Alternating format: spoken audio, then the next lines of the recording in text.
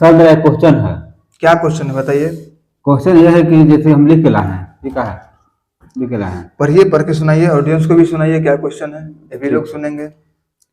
दिल्ली के रामलीला मैदान के पास अच्छा। एक फैजी इलाही मस्जिद है। हाँ है। और उसमें अगल बगल के लोग अवैध अतिक्रमण करके रह रहे हैं। अच्छा। रह रहे थे पहले से। और जब उसको हटाया जाने लगा तो वो कहने लगे अच्छा कि मस्जिद गिराने आया है। यही बात मतलब आपका सीधा सीधी क्वेश्चन है कि दिल्ली के रामलीला मैदान के पास में फैज इलाही मस्जिद है। हाँ। और वहाँ के जो क्षेत्र है उस क्षेत्र पर कुछ वहाँ के स्थानीय लोग अतिक्रमण करके रह रहे हैं। और जब उस अतिक्रमण को हटाया जाने लगा तो लोग कह रहे हैं कि मस्जिद के ऊपर हमला है, मतलब मस्जिद को गिराने आ रहे हैं। आपका सीधा क्वेश्चन ये है। हाँ। तो दोस्तों सबसे पहले तो सभी लोगों को नमस्कार। मैं कृष्णाकांत। भैया जो हमसे सवाल किए, ये सवाल आपके मन में भी होगा, जो कि अभी हाल फिलहाल की घटना है। तो आप लोगों को बता दूं कि जब परिस्थितियां किसी के पक्ष में रहता है, ठीक, और सरकार और अगल बगल का जो इकोसिस्टम होता है जब उसका सपोर्ट करता है, तो बहुत सारे कट्टरपंथी तत्व, हुल्लड़पंथी तत्व, अतिक्रमणकारी तत्व क्या करते हैं, उन सब का हौसला बुलंद रहता है। कहीं पर भी हो जाते हैं, कहीं भी सरकारी जमीन को सीधे वहां पर अतिक्रमण करते हैं, वहां पर अवैध तरीके से वहां पर रहने लगते हैं, वहां पर अपना घर बना लेते हैं और उसको रहने लगते हैं।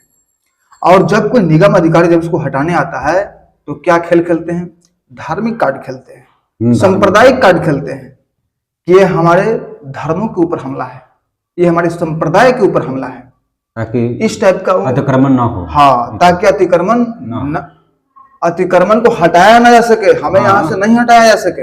हाँ, वही बात, हम यहीं पर रहें। तो उसके बाद में पहले क्या होता था कि सरकार झुक जाती थी, झुक जाती थी बोल रहे हैं, है नहीं, झुक जाती थी। लेकिन जब नई सरकार आती है तो नई सरकार अपनी ताकत दिखाती है कि भैया ये सब अब नहीं चलने वाला है। पहले चलता था अलग बात है, लेकिन अब नहीं चलने वाला है। तो उन लोगों को शुरुआत में लगता कि यार नई सरकार आए तो क्या होगा, पहले जैसा चलता था वैसे चलते रहेगा। लेकिन जब उसको कड़ाई के साथ जब उसको हटाया जाता है तब उसको मालूम चल जाता है कि ना भाई अब एक काम नहीं चलने वाला है। तो जिस तरीके से आप बात कर रहे हैं दिल्ली रामलीला मैदान के पास में फैज इलाही जो मस्जिद है, तो आपको बता दें कि उस मस्जिद के चारों तरफ लगभग 36,400 वर्ग फुट की जो जमीन है उस पर अवैध अतिक्रमण करके कुछ लोग अस्पताल के नाम पर, दुकान के नाम पर वहां पर रह रहे थे। और जब वहां पर कोई हटाने जाता था अतिक्रमण को तो सीधे क्या करते थे, उनके ऊपर पत्थरबाजी करने लगते थे। और एक चीज और था वहां पर कि एक संगठन तैयार करके रखे हुए थे वो, व्हाट्सएप के माध्यम से, सोशल मीडिया के माध्यम से 100-200 लोग इकट्ठा कर लेते थे। जब कोई अतिक्रमण हटाने जाता था, कोई निगम अधिकारी हो कुछ भी, तो क्या करते थे सीधे मतलब सोशल मीडिया के माध्यम से कुछ लोग, बहुत सारे लोगों को इकट्ठा कर लेते थे कि ये हमारे मस्जिद के ऊपर हमला है। तो सभी लोग इकट्ठा हो जाते थे। और अभी हाल फिलहाल की बात है कि दिल्ली के नगर निगम के जो डीसी हैं अग्रवाल करके, वो वहां पर जब 4 पोपलेन लेकर के जब जाते हैं वहां पर अतिक्रमण को हटाने के लिए, तो सीधे उनके ऊपर पत्थरबाजी होने लगता है। हाल फिलहाल की घटना है। तो अब उसके बाद में क्या हुआ कि जो अतिक्रमण हटाने वाला जो दल था वो तुर्कमान गेट तक पहुंचा ही था कि बहुत सारे लोगों को इकट्ठा कर लिया। जबकि आपको बताएं शुरू में कि कुछ लोग वहां पर संगठन बनकर रहते हैं, सोशल मीडिया के माध्यम से मतलब लोगों को ये बात को फैलाते हैं कि भाई जो आ रहा है वो सीधे मस्जिद को तोड़ेगा, मस्जिद को तोड़ने आ रहा है। तो बहुत सारे लोगों को वहां पर इकट्ठा कर लिए।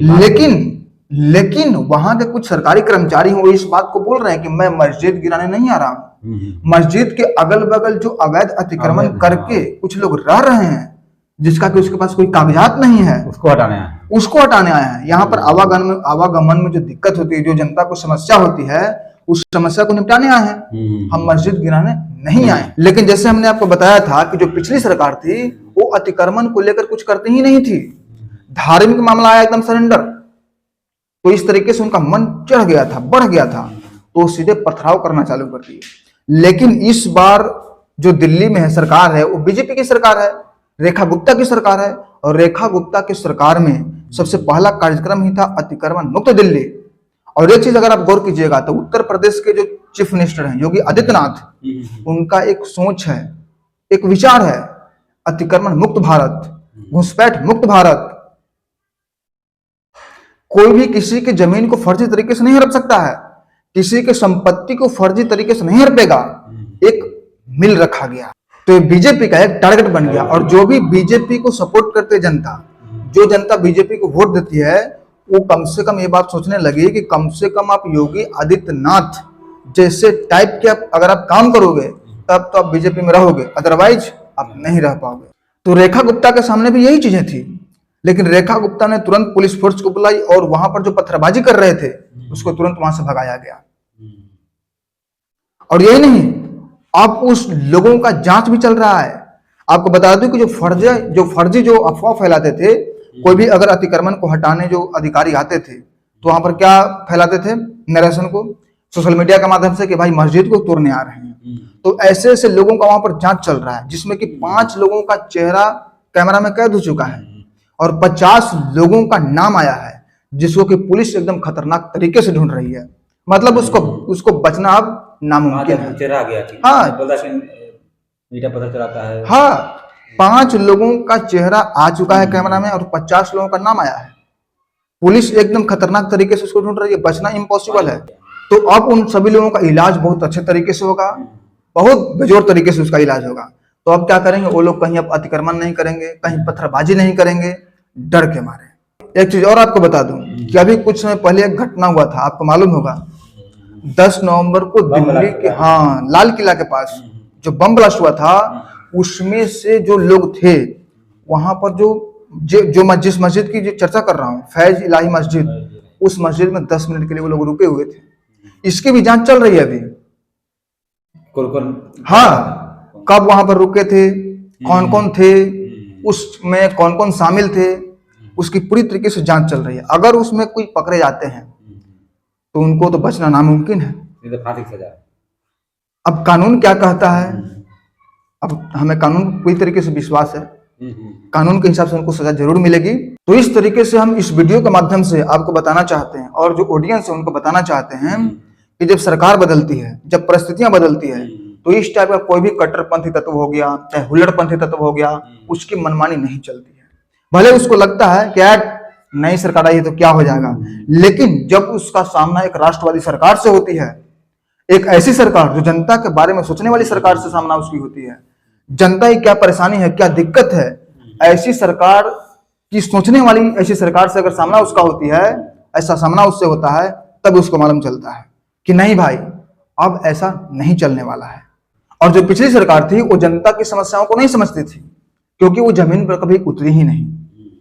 राहुल गांधी, जिनका बर्थडे जो मनता था वो हवाई जहाज में मनता था कि भाई कोई मंत्री आकर हमें डिस्टर्ब न कर दे, उनका बर्थडे हवाई जहाज में मनता था, वो कभी जमीन पर उतरे ही नहीं। वो क्या समझेंगे जनता की परेशानी को। जो लोग अतिक्रमण करके वहां पर बैठे हुए हैं, उनको आवागमन में दिक्कत हो रहा है, कभी इमरजेंसी काम से हो जा रहे हैं, जाना पहुंचना चाहिए 10 मिनट में, पहुंचेंगे वो 20 मिनट में। तो परेशानी थी, समस्या थी। तो पिछली सरकार जो थी वो इस समस्या को समझती नहीं थी और कभी वो भीड़ में गए भी नहीं। मैं भाषण की बात नहीं कर रहा हूं, कभी वो जनता को दिखाने के लिए भीड़ में भाषण दे दिया अलग बात है, वो तो कुली भी बन जाते हैं कि भाई देखिए मैं कुली हूं, मतलब प्रैक्टिस करके 10-5 डब्बा माथा पर ले लिया कि हाँ देखिए मैं कुली बन गया, फोटो खिंचा लिए। तो ऐसा नहीं, मैं हकीकत की बात कर रहा हूँ कि हकीकत में कभी भी जो अभी केंद्र में मौजूद जो सरकार है, उसकी विपक्षी पार्टी के जो नेता हैं वो कभी जमीन पर उतरी ही नहीं। तो जनता की समस्या को क्या समझेंगे। तो आपका जो सवाल था कि दिल्ली में रामलीला मैदान के पास में जो फैज इलाही मस्जिद है, जब वहां के अतिक्रमण को हटाने जाने लगा, अधिकारी के द्वारा हटाया गया, तो लोग वहां के बोले कि भाई मस्जिद के ऊपर हमला है। लेकिन एक गलत है, वहां पर जो मस्जिद के अगल बगल क्या कितना बताएं 36,400 वर्ग फुट की जो जमीन थी, वहां पर जो अवैध तरीके से रह रहे थे अस्पताल के नाम पर, दुकान के नाम पर, उसको तोड़ा गया है, उसको हटाया गया है, ताकि आम जनता को परेशानी ना हो, आवागमन में परेशानी ना हो। तो हम जिस तरीके से आपको बताएं, क्या आपको समझ में आया, संतुष्ट हुए हमारी बात से? एकदम समझ में आया सर, एकदम सही। और आप लोग बताइएगा, भैया तो समझ गए, और आप लोग कमेंट करके बताइएगा आप अच्छे तरीके से समझ पाए या नहीं समझ पाए। तो दोस्तों फिर मिलते हैं ऐसे ही नए वीडियो में। और एक बात और आपको बता दूं कि आप हमारी जो वीडियो को देखते हैं, तो आप कमेंट करके जरूर बताइएगा कि आप हमारे वीडियो को कहां से लोग देख रहे हैं, ताकि हमें मालूम चले कि हमारे वीडियो को कहां के लोग देखते हैं। और हम जैसे एक सामान्य लड़का की बात को आप अच्छे तरीके से सुनते हैं, तो फिर मिलते हैं ऐसे ही नए वीडियो में, तब तक के लिए जय हिंद जय भारत।